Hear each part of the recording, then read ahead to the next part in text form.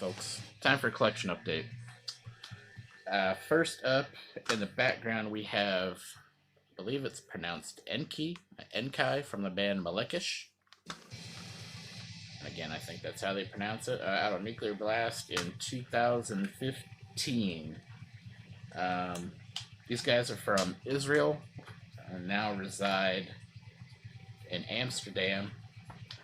Um, a lot of the lyrics, as you can see here, is just black and white on the inside, and there's a picture of the band. I consider it Middle Eastern black metal, if that's even a thing. Um, I was reading online, I couldn't pronounce it, but it says ethnically they're Assyrian and Aramaic black metal, whatever that means. But yeah, they're originally from Jerusalem. Catchy stuff, very melodic, heavy. Black death metal, somewhere in the middle there. It's not all up tempo. Some of it's more mid tempo stuff, catchy riffs, heavy vocals. The lyrical themes, I don't know enough about what they're singing about to understand it, but there's lots of cool dynamics here in the artwork on the cover too. So um, I'm gonna start. This is, I think, the second release I've purchased from Melechesh. I have the album. What was it called? I have the album The Epigenesis, which came out in 2010, but they have 3 or 4 albums that came out before that. So I'm gonna check them out some more. I'm surprised they don't get any more press than I've seen, given they're on Nuclear Blast and whatnot. Next up, this is a 45 by the band Night Demon. This is a single song, Empires Fall, and then another song called Fast Bikes. These guys are kind of traditional heavy metal, I would say. 3-piece out of Ventura, California. This 45 just came out. It's on clear vinyl. The song Fast Bikes is a cover by the band Le Griffe. I don't know how to pronounce it. I think it sounds French, but they're actually from the UK. And they're kind of like a new wave of British heavy metal band that only had some singles out from what I could find out. I wanted to do some research on it because the song Fast Bikes is pretty catchy. It has that new wave of British heavy metal feel, if you're a fan of Budgie and crap like that. It's a good, catchy song, and I was like, oh, maybe these guys have an album I can check out. Couldn't find one. Discogs didn't have anything. YouTube, I found some other singles, they put out on YouTube, and it was all catchy, good stuff. And Night Demon does a good job. I compared the versions side by side to here. I'll link it below. It's a catchy song. I don't know whatever happened to this band. That the song Fast Bikes came out in like '85, I think I read. And the band kind of quit after '87, and I don't know whatever happened to them. I'm kind of surprised they didn't get more popular, but maybe they were big in the UK or something like that. So check out Night Demon. I'll put some links for Le Griffe below. Maybe you might like them too. One thing I did notice: the backing vocals on Empire's Fall has Lars Fredrickson and Matt Freeman and some other people. I think those guys are in Rancid, but I could be mixing my names up. But next up, this is an album. This is some switching gears big time. This is country. This is Decatur County Red from Jessi Alexander. CD. You buy it on her website. She actually signs it for you. You probably have not heard of this lady, but you've probably heard some of her songs. She's one of these folks in Nashville that was a songwriter for a long time, much like a guy like Chris Stapleton, for example, where they're great songwriters, and what they do is these country artists will pick up their song and record it for themselves, and then if the song gets popular, they obviously get proceeds from that. So Blake Shelton has a song that she wrote. What's her name? Miley Cyrus. That song, "The Climb," about climbing up a mountain or something. This lady wrote that song. It's very catchy. And I think, based on on the research I've done, is she kind of saw all the money these artists make from singing her songs, and she kind of thought, like Chris Stapleton, why don't I just go perform these songs myself and take all the money. She does have some co-writers on here, but I think two things. This is traditional country music. If you like Tanya Tucker, things like that, maybe some Emmylou Harris thrown in with a little more swagger. You know, songs like Mama Drink, Damn Country Music, My Problem Is You. You get the idea. This is sad but uplifting country music in the traditional sense.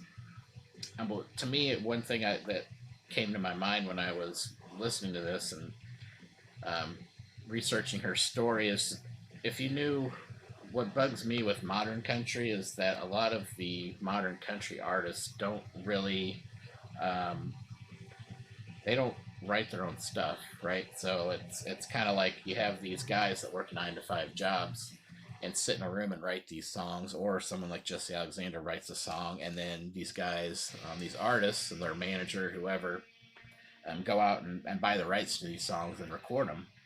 And to me, it seems slightly disingenuous in manner. I mean, can you imagine if Night Demon, if you look up any metal type record, these guys write their own stuff. They, maybe get in a garage or a recording studio or something like that and then pound out the songs. I mean, can you imagine if Metallica just went out and bought metal songs? I don't know if such a thing exists, but it seems to be more popular in the pop music and this modern country music realm. I mean, it's no fault to someone like Jessi Alexander. I mean, you got to put money on the table, but it just seems disingenuous when you hear some songs on the radio knowing that the person that performed it didn't really write it. So that's where I think metal and to some extent some rock music to me is superior than in a lot of pop music, because the people that's singing it wrote the lyrics, worked out the song structures. They're the ones that record the songs too. So just a little something to throw out there. But yeah, this is, don't let this cover fool you. I know this looks like some kind of typical trashy country music crap you might hear on the radio, but Jessi Alexander is different quality stuff here, so go check her out. Next up, kind of a unique band I discovered. They're on Pulverized Records. Found them on Bandcamp. This is, try to get the Ripped to Shreds. This is called Luan, I believe. That's how you pronounce it. This is kind of a unique band in that the band has 2 versions.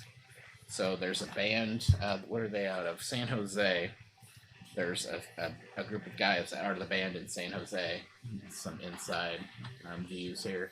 And then there's a group of guys in Taiwan that are also the same band. So what they do, based on my understanding, is they have a version of the band that can play in Asia, same songs, and then you got a group of guys here in the States that can also play the same songs. So kind of a cool concept, 2 3-piece bands in each location.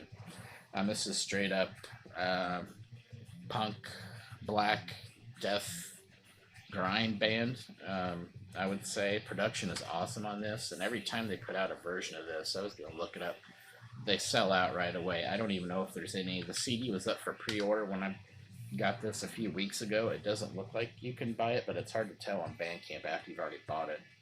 It just says you've bought this, and there's no option to buy another one. So I don't know if that's the case or not, but every version of this that comes out sells out immediately, it seems. So just quality, straight up, I would say Asian themed grind. If you know some bands in that realm, there's a few grind bands out there that play this type of music.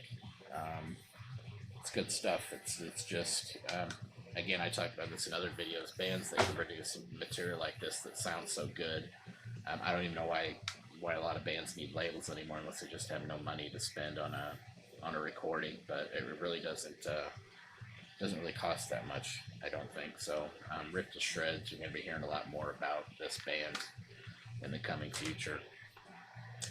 And last but definitely not least is an album that came out, I believe, in 2015.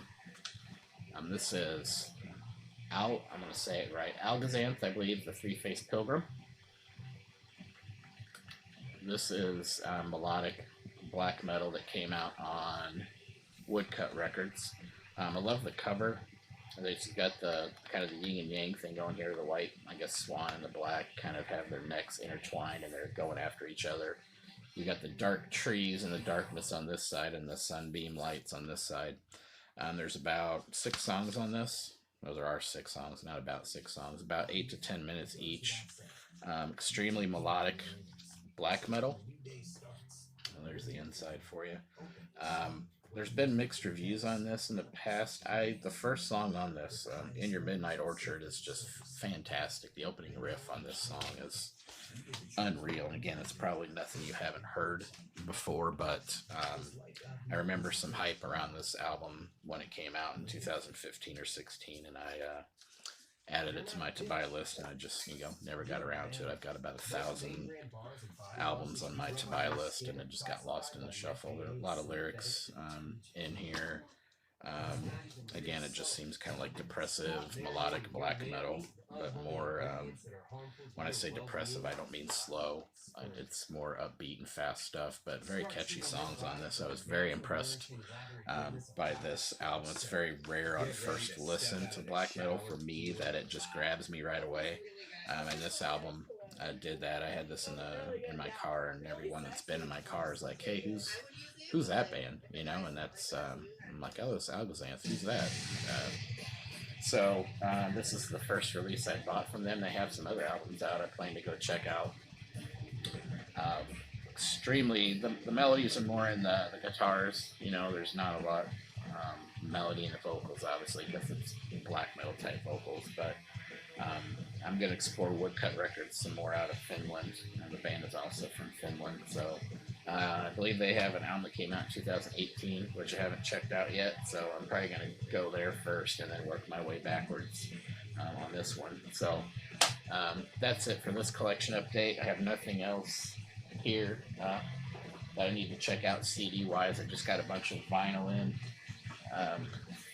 Sneak peek here. I will be listening to and reviewing that here soon.